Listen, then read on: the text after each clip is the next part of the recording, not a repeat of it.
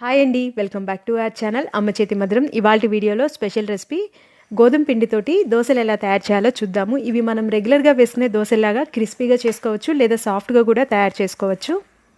దోశల్లోకి కాంబినేషన్గా పచ్చి కొబ్బరి టొమాటో చట్నీ ఎలా తయారు చేయాలో కూడా చూద్దాము.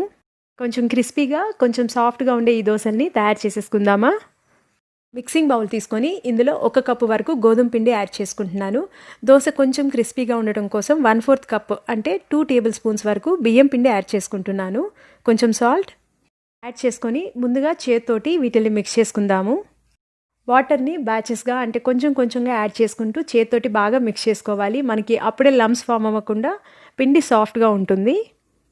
మనం రెగ్యులర్గా దోశ బ్యాటర్ ఎలా ప్రిపేర్ చేసుకుంటామో అదే కన్సిస్టెన్సీలోకి ఈ పిండిని తయారు చేయాలి.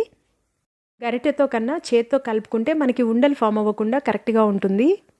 ఈ దోశ బ్యాటర్ని కొంచెం థిక్గా కలుపుకున్న తర్వాత దీన్ని మూతతో కవర్ చేసి 10 to 15 మినిట్స్ పాటు పక్కన పెట్టుకుంటే దోశ బ్యాటర్ కొంచెం సాఫ్ట్గా అవుతుంది. ఈలోపు మనం కొబ్బరి చట్నీ కూడా తయారు చేసుకుందాము. గ్యాస్ ఆన్ చేసి ఫ్రైయింగ్ పాన్ పెట్టుకొని 1 స్పూన్ వరకు ఆయిల్ యాడ్ చేద్దాము.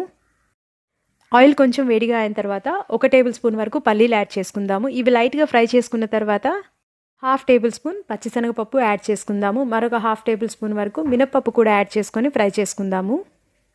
ఇవి లైట్గా ఫ్రై అయితే సరిపోతుంది. 1 టీ స్పూన్ ధనియాలు, 1 టీ స్పూన్ జీలకర్ర కూడా యాడ్ చేద్దాము. వీటిల్ని కూడా లైట్గా ఫ్రై చేసుకున్న తర్వాత 4 నుంచి 5 వరకు వెల్లుల్లి రెబ్బలు కూడా యాడ్ చేసుకుందాము. టేస్ట్కి సరిపడా పచ్చిమిర్చి, కొన్ని ఎండుమిర్చి కూడా యాడ్ చేసుకుంటున్నాను. 2 కాంబినేషన్గా యాడ్ చేసుకుంటే టేస్ట్ చాలా బాగుంటుంది.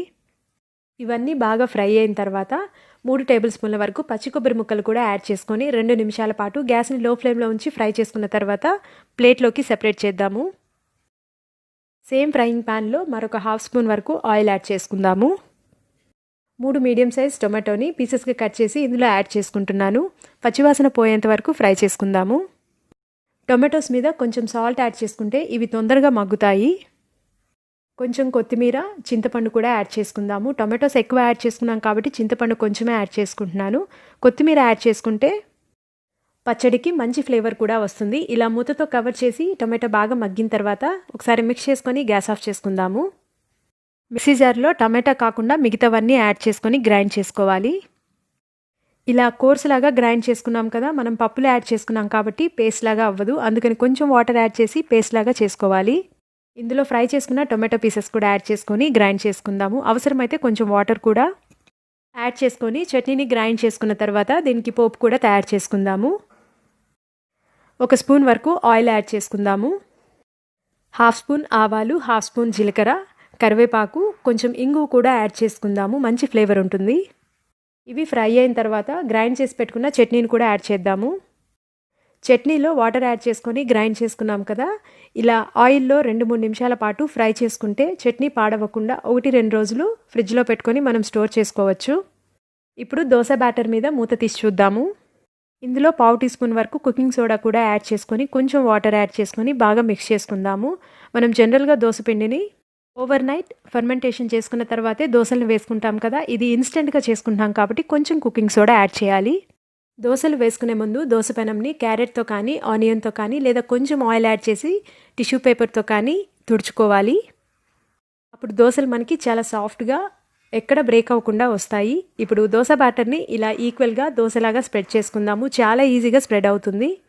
దోశ చుట్టూ పైన ఆయిల్ యాడ్ చేసి గ్యాస్ని మరీ హై ఫ్లేమ్లో కాకుండా లో టు మీడియం ఫ్లేమ్లోకి అడ్జస్ట్ చేసుకుంటూ ఫ్రై చేసుకోవాలి. దోశ ఫ్రై అయిన తర్వాత మనకి ఎడ్జెస్ ఓపెన్ అవుతాయి. ఇప్పుడు మనం దోశని పెనం నుంచి సెపరేట్ చేసుకుందాము. మరొక దోశను కూడా తయారు చేసుకుందాము. పిండిలో కొంచెం బియ్యం పిండి యాడ్ చేసుకోవడం వల్ల మనం బయట తీసుకునే దోశ టెక్స్చర్లో ఈ దోశ వచ్చింది. ఈ దోశల్ని మనం ఎక్కువ టైం తీసుకోకుండా చాలా సులువుగా తయారు చేసుకోవచ్చు. మార్నింగ్ టైంలో బ్రేక్ఫాస్ట్గా కానీ, ఈవినింగ్ టైంలో స్నాక్స్గా కూడా తయారు చేసుకోవచ్చు. దోశల్ని సర్వింగ్ ప్లేట్లోకి ట్రాన్స్ఫర్ చేసుకుందాము. దోశ కలర్ ఇంకా టేస్ట్ కూడా చాలా బాగుంది. కొబ్బరి చట్నీలో టొమాటోస్ కూడా యాడ్ చేసుకోవడం వల్ల కొంచెం పుల్లగా చాలా టేస్టీగా ఉంది. ఇది రైస్లో కూడా చాలా బాగుంటుంది. నేను దీంతో పాటు కొంచెం కొబ్బరి పౌడర్ని కూడా సర్వ్ చేస్తున్నాను. వేడి మీద తింటే మాత్రం కొంచెం క్రిస్పీగా చాలా బాగుంటాయి. మీకు కొంచెం సాఫ్ట్గా తినాలంటే కొంచెం చల్లగా అయిన తర్వాత చాలా సాఫ్ట్గా ఉన్నాయి. నేను కొబ్బరి చట్నీ కొబ్బరి పౌడర్ తోటి ఈ దోశల్ని సర్వ్ చేస్తున్నాను. చాలా టేస్టీగా వచ్చాయి. మీకు ఈ రెసిపీ కనుక నచ్చినట్లయితే ఒక లైక్ చేయండి, మీ ఫ్రెండ్స్ తోటి రిలేటివ్స్ తోటి షేర్ చేయండి. అమ్మ చేయి మధురం ఛానల్ని సబ్స్క్రైబ్ చేసి పక్కనే ఉన్న బెల్ ఐకాన్ని ప్రెస్ చేయండి. మీకు రెగ్యులర్గా నోటిఫికేషన్స్ వస్తాయి. ఆల్ అని ప్రెస్ చేయండి, డైలీ అప్డేట్స్ కూడా వస్తాయి.